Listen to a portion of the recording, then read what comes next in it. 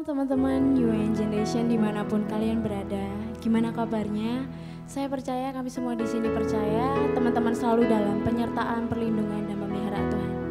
Mari teman-teman kita saat ini mau masuk dalam hadirat Tuhan. Kita mau memuji menyembah nama Tuhan. Bapa kami yang ada di surga, di dalam nama Tuhan Yesus Kristus. Saat ini kami datang menghadap Engkau Tuhan Yesus. Kami rindu untuk persembahkan pujian penyembahan kami Tuhan. Kami mau bawa persembahan kami yang terbaik kepadamu Tuhan. Persembahan yang keluar dari hati kami Tuhan. Karena kebaikan-Mu yang tak pernah berhenti mengalir atas hidup kami.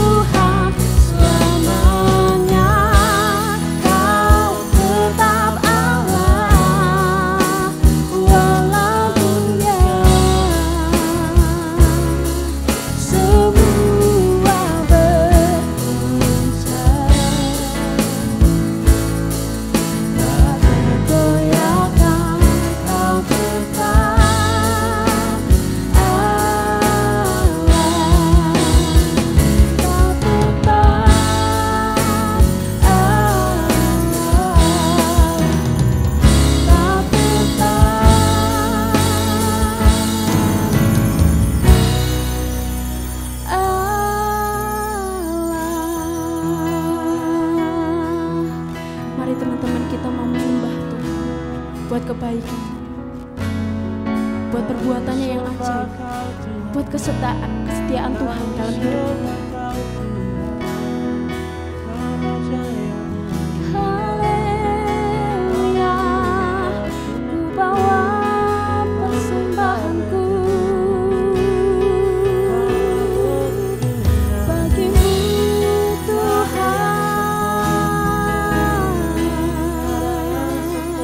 Terima kasih, haleluya, tiada sepertimu sampai selamanya. Kaulah Allah.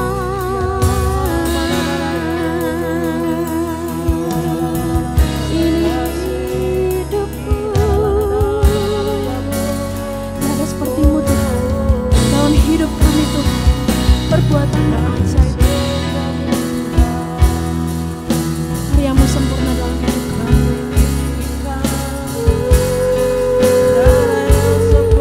Terima kasih Tuhan, haleluya.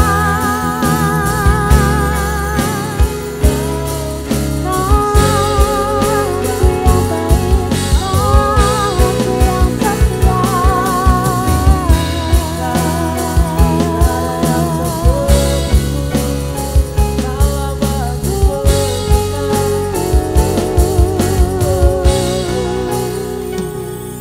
Budi yang terbaik bagimu, ku serahkan segalanya. Yang terbaik bagimu, segenap hatiku dan segenap jiwaku.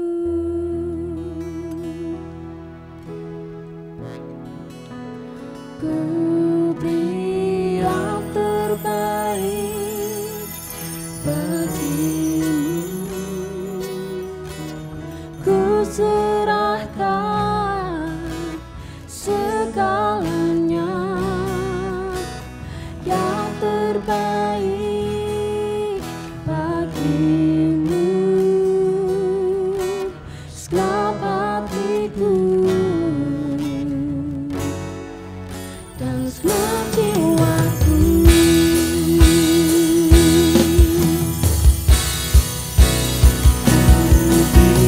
Yang terbaik bagimu, ku serahkan segalanya. Yang terbaik bagimu,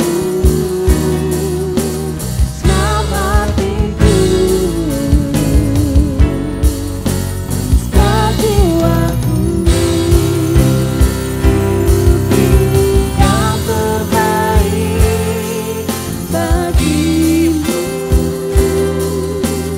ku serahkan segalanya. Yang terbaik bagimu, segenap hatiku segenap jiwaku. Segenap hati dan jiwa kami, segenap hatiku dan segenap jiwaku. Segenap hatiku dan segenap jiwaku.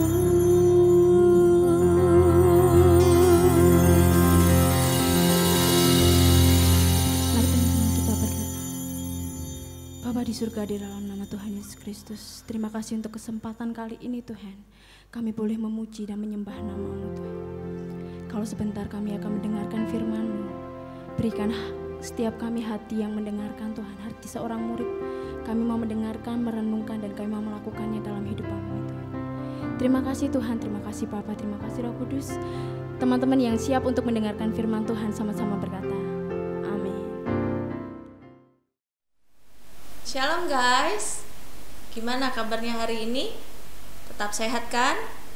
Tetap semangat, tetap bersuka cita. Nah, hari-hari ini kita menghadapi pandemi corona, tapi kita percaya saat kita boleh mengandalkan Tuhan. Mengandalkan artinya apa? Kita berjalan dengan kebenaran Tuhan, dengan firman Tuhan. Kita percaya Tuhan Yesus pasti akan melindungi kita semua, dan kita tetap mengikuti aturannya pemerintah sehingga kita bisa tetap sehat dan kita tetap beraktivitas. Nah, guys, hari-hari ini ada satu istilah ya, namanya adalah baper. Nah, siapa di sini sering baper? Ya, dicuekin temennya baper, dimarahin sama orang tuanya baper, apa-apa dibawa perasaan. Nah, hari ini kita mau belajar tentang baper. Tapi bapernya ini bukan tentang baper yang terbawa perasaan, ya. Tapi kita mau punya istilah baru, baper, pembawa perubahan. Kita mau belajar bagaimana kita menjadi generasi pembawa perubahan. Nah, yuk kita baca sama-sama ya. Matius 5 ayat 13 sampai 16. Kakak sudah buka, teman-teman bisa buka sendiri di rumah ya. Matius 5 ayat 13 sampai 16 berkata, kakak bacakan, kamu adalah garam dunia. Jika garam itu menjadi tawar, dengan apakah ia diasinkan? Tidak ada lagi gunanya selain dibuang dan diinjak orang. Kamu adalah terang dunia. Kota yang terletak di atas gunung tidak mungkin tersembunyi. Lagi pula, orang tidak menyalakan pelita lalu meletakkannya di bawah gantang, melainkan di atas kaki dian sehingga menerangi semua orang di dalam rumah itu. Demikianlah hendaknya terangmu bercahaya di depan orang, supaya mereka melihat perbuatanmu yang baik dan memuliakan Bapamu yang di sorga. Nah, pembawa perubahan. Nah, di sini ada perubahan yang terjadi. Dari tidak ada rasanya menjadi ada rasanya, yaitu asin. Kemudian dari gelap menjadi terang. Nah, guys, hari-hari ini Indonesia membutuhkan anak-anak muda yang membawa perubahan. Ya, bukan anak-anak muda yang tergerus dengan zaman, tergerus dengan dunia, tapi anak-anak muda yang membawa perubahan. Perubahan yang bagaimana yang Indonesia butuhkan? Perubahan yang bagaimana yang Tuhan Yesus butuhkan dari hidup kita? Ya, yang pertama adalah menjadi garam. Nah, kita tahu kalau makanan atau masakan tidak diberikan garam itu tidak ada rasanya. Ya, berarti yang pertama garam itu berfungsi untuk menambah rasa. Nah, bagaimana menjadi anak-anak Tuhan hari-hari ini supaya kita bisa menambah rasa di sekeliling kita? Ya. Yang pertama adalah menjadi pembawa damai. Buat teman-teman yang senang berselancar di sosial media, bermain di sosial media, baik itu Facebook, Instagram, Twitter atau WhatsApp ya, atau media-media yang lain, hati-hati dengan apa yang akan diposting, karena apa yang diposting itu akan mencerminkan kita. Nah, teman-teman semua adalah anak-anak terang. Teman-teman semua adalah anak-anak Tuhan. Berarti postingannya itu lebih baik postingan yang bermutu. Ya, postingan yang memberikan inspirasi kepada banyak orang. Postingan yang memberikan pencerahan, postingan yang memberikan kekuatan, memberikan penghiburan. Postingan yang membawa damai buat semua orang. Bukan postingan yang membuli orang atau menghujat orang lain atau menghakimi orang lain. Jangan. Anak-anak muda hari-hari ini, terutama anak-anak muda youth, new wine generation, ayo kita posting hal-hal yang baik di sosial media, hal-hal yang membangun di sosial media. Ya, dalam Roma kita buka sama-sama ya. Dalam kitab Roma 14 ayat 19, menambah rasa bisa dengan seperti ini. Sebab itu marilah kita mengejar apa yang mendatangkan damai sejahtera dan yang berguna untuk saling membangun. Sekali lagi ya, sebab itu marilah kita mengejar apa yang mendatangkan damai sejahtera dan yang berguna untuk saling membangun.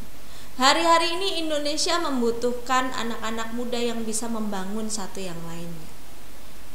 Banyak influencer ya di Indonesia yang berkembang hari-hari ini. Nah, influencer bisa menjadi positif atau negatif. Nah, anak-anak muda di youth juga bisa menjadi positif atau negatif, tergantung kalian, tergantung kita semua. Nah, Tuhan pengen kita menambah rasa dengan apa? Kita menjadi pembawa damai. Ya, kata-kata kita, perbuatan kita, apa yang kita posting di Facebook, ya. Kemudian saat ada teman yang bercerita sama kita memberikan solusi atau kita menjadi teman dengar yang baik, itu sudah cukup ya. Bahkan di keluarga kita bisa menjadi pembawa damai dalam keluarga, kita bisa mengasihi orang tua ya, kita bisa mengasihi saudara-saudara kita semua, kita bisa menjadi pembawa damai dimanapun kita berada. Itu yang Tuhan inginkan ya.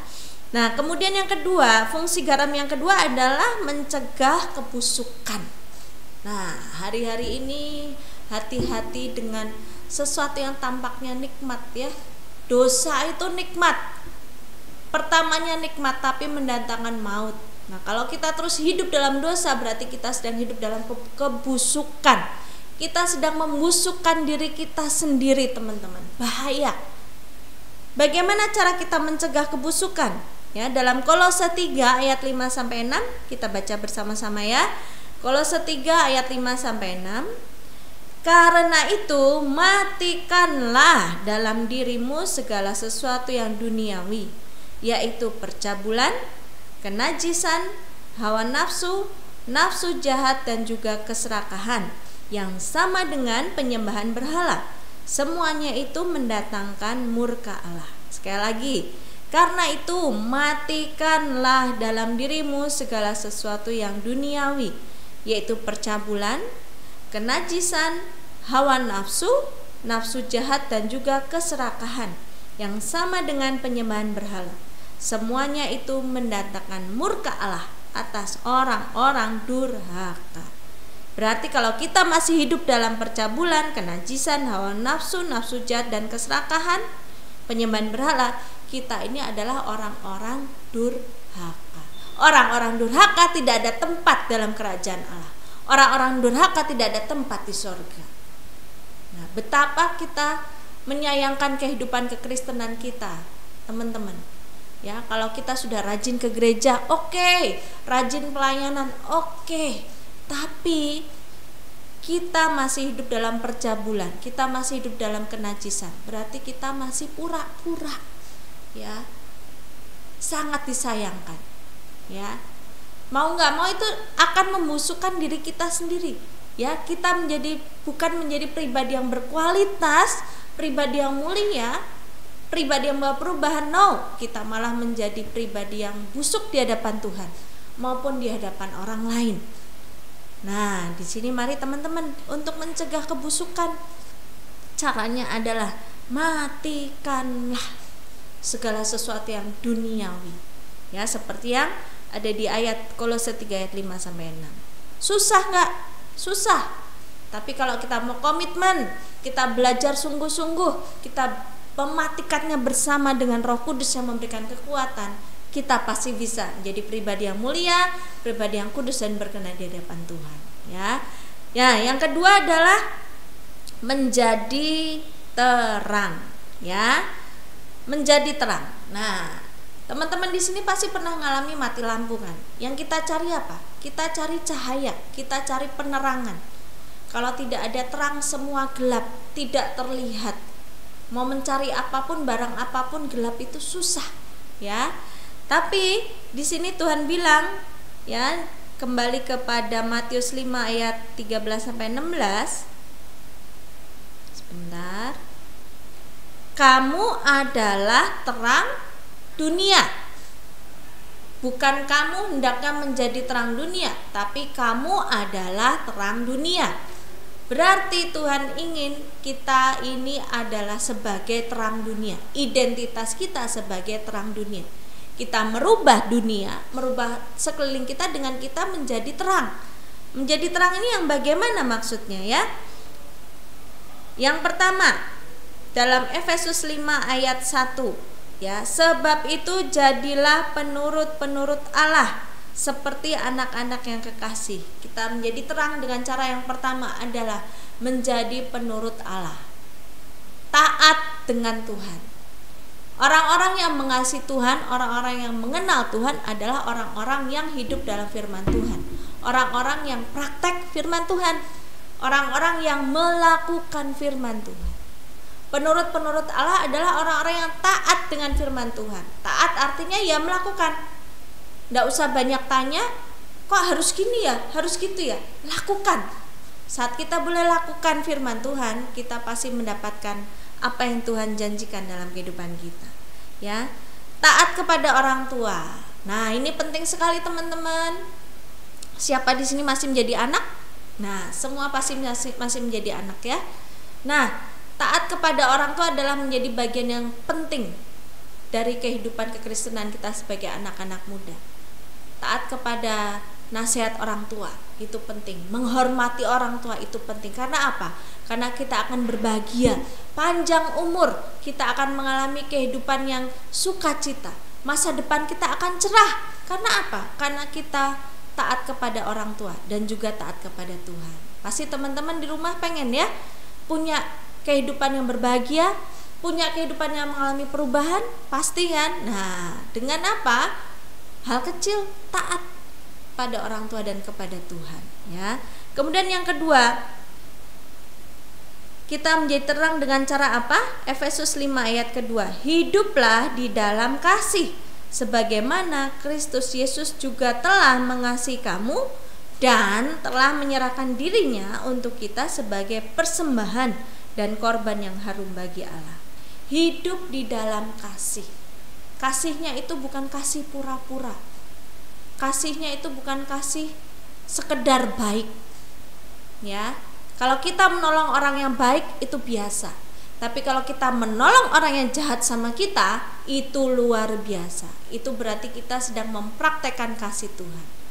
Kalau kita bisa tetap baik, tetap mengasihi orang yang menyakiti kita, bukan menjadi generasi terbawa perasaan, tapi generasi yang berani melakukan perubahan, ya, menjadi garam dimanapun kita berada, menjadi terang dimanapun kita berada. Kakak review sekali lagi ya, menjadi garam dengan cara satu, kita menjadi pembawa damai, ya. Kemudian kita mematikan segala sesuatu yang busuk dari hidup kita, segala sesuatu yang tidak benar dari hidup kita. Nah, kemudian juga kita menjadi terang. Menjadi terang bagaimana caranya adalah kita, yang pertama, kita menjadi penurut-penurut Tuhan. Kita taat kepada Tuhan, kita juga taat kepada orang tua. Yang kedua adalah kita hidup di dalam kasih. Kasih yang tidak pura-pura, tapi kasih yang ikhlas, kasih yang mengorbankan buat orang lain, kasih yang mau memberikan hidupnya buat orang lain. Ya, kasih yang tulus itu yang Tuhan inginkan. Tulus seperti merpati. Nah, kiranya firman Tuhan hari ini memberkati kita semua. Kita benar-benar bisa melakukannya dan kita akan lihat hidup kita pun mengalami perubahan karena kita mengalami Tuhan, kita melakukan firman Tuhan. Terima kasih, Tuhan Yesus memberkati. Yuk kita akan berdoa sama-sama ya. Terima kasih Tuhan Yesus, sungguh kami bersyukur Tuhan karena kasih-Mu begitu besar untuk kami semua Tuhan, karena firman-Mu yang terus Kau berikan dalam hidup kami, firman-Mu yang akan membawa kami kepada perubahan demi perubahan. Terima kasih Tuhan, terima kasih Yesus. Tuhan Yesus, tolong kami Tuhan, untuk kami bisa menjadi terang dimanapun kami berada, kami menjadi garam dimanapun kami berada Tuhan. Kami membawa damai, kami membawa sukacita Tuhan, kami menjadi penurut-penurut Allah. Kami taat kepada orang tua, taat kepada Tuhan.